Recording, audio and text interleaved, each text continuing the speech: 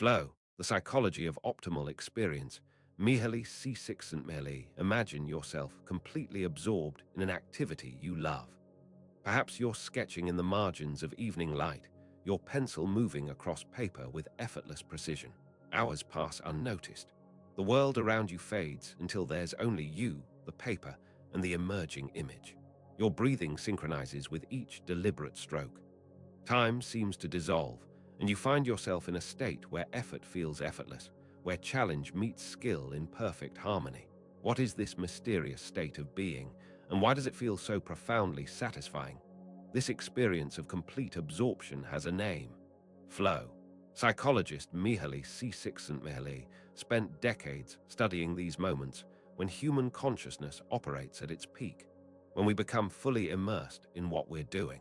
Flow represents more than simple focus or enjoyment. It's a state where the boundaries between self and activity dissolve, where we experience what might be called optimal human functioning. In our age of constant distraction and fragmented attention, understanding flow becomes particularly urgent. How might we cultivate these experiences of deep engagement when our modern world seems designed to pull us in countless directions? At the heart of flow lies a delicate balance between challenge and skill. You enter this state when the difficulty of what you're attempting matches precisely with your current abilities. If the challenge exceeds your skills, anxiety creeps in like storm clouds gathering on a clear day. If your abilities far surpass the challenge, boredom settles over you like dust on an unused instrument. But in that sweet spot where challenge and skill dance together in equilibrium, flow emerges naturally. Consider a musician learning a new piece. Too simple, and their mind wanders. Too complex, and frustration overwhelms the joy of making music. But when the piece demands exactly what they can give, stretching them without breaking them, they enter that magical space where fingers find notes without conscious direction, where the music seems to play itself through them. This balance isn't static. It evolves as skills develop, requiring ever new challenges to maintain the flow state. When you're in flow, something remarkable happens to your sense of self. The usual narrator in your head, the one that judges, compares, and worries, goes quiet. You're no longer watching yourself perform. You become the performance itself. This loss of self-consciousness isn't a diminishment, but rather a profound expansion. You transcend the limitations of your everyday identity and merge with the activity at hand. Think of the dancer who no longer thinks about individual steps, but becomes the music made visible, or the surgeon whose hands move with practiced precision while their consciousness focuses entirely on the delicate work before them. In these moments, the artificial separation between doer and doing dissolves. You're not playing the piano, you are the music flowing through time and space. Perhaps most intriguingly, flow warps your perception of time itself. Minutes can feel like hours when you're struggling with a difficult task, but in flow, hours pass like minutes. This isn't mere distraction, it's a fundamental shift in how consciousness experiences duration. When you're fully absorbed, you step outside the usual framework of temporal measurement and into a different relationship with the present moment. You might emerge from deep work or creative practice, surprised to discover that what felt like 30 minutes was actually 3 hours. Or conversely, you might experience a brief conversation or athletic movement as containing infinite depth and richness, each second pregnant with possibility.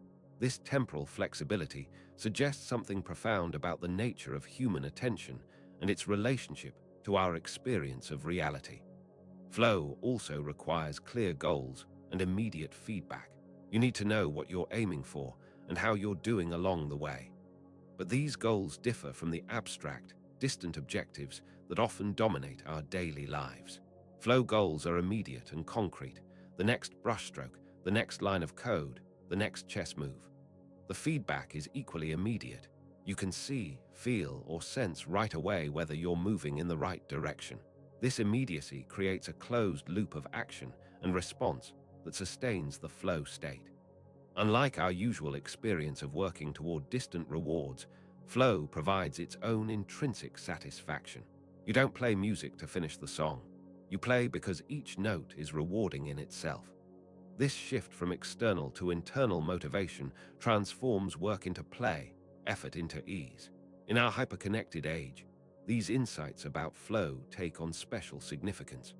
We live surrounded by devices designed to fragment our attention in cultures that often prioritize multitasking over deep focus. The flow state, with its requirement for sustained concentration and clear goals, offers a counterbalance to the scattered consciousness that characterizes much of modern life. Consider how different your relationship to work might be if you could structure it to invite flow states.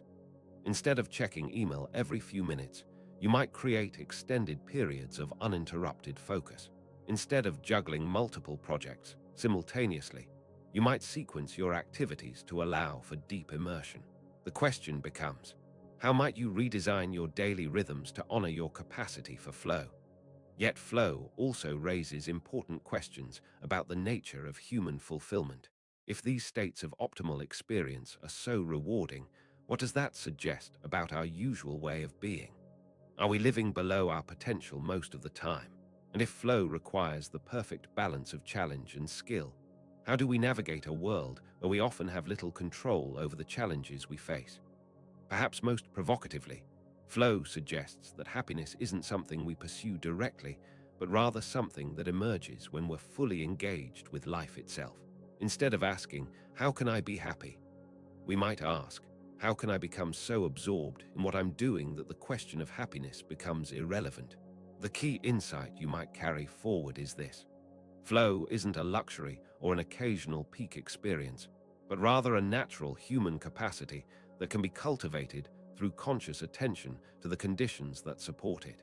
When you align challenge with skill, create clear goals with immediate feedback, and protect space for deep concentration, you invite these moments of optimal experience into your life.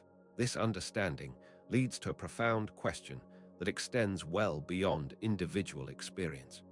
In a world that increasingly demands our partial attention to many things simultaneously, how might we collectively create conditions that honor our deep human need for complete absorption in meaningful activity? As you settle into stillness tonight, perhaps you can sense the possibility that flow represents, not as an exotic state reserved for artists and athletes, but as an expression of your most natural way of being. In the gentle rhythm of your breathing, in the quiet focus of your attention on this very moment, you touch the edge of that timeless place where effort becomes effortless, where you and your activity become one flowing movement of consciousness itself.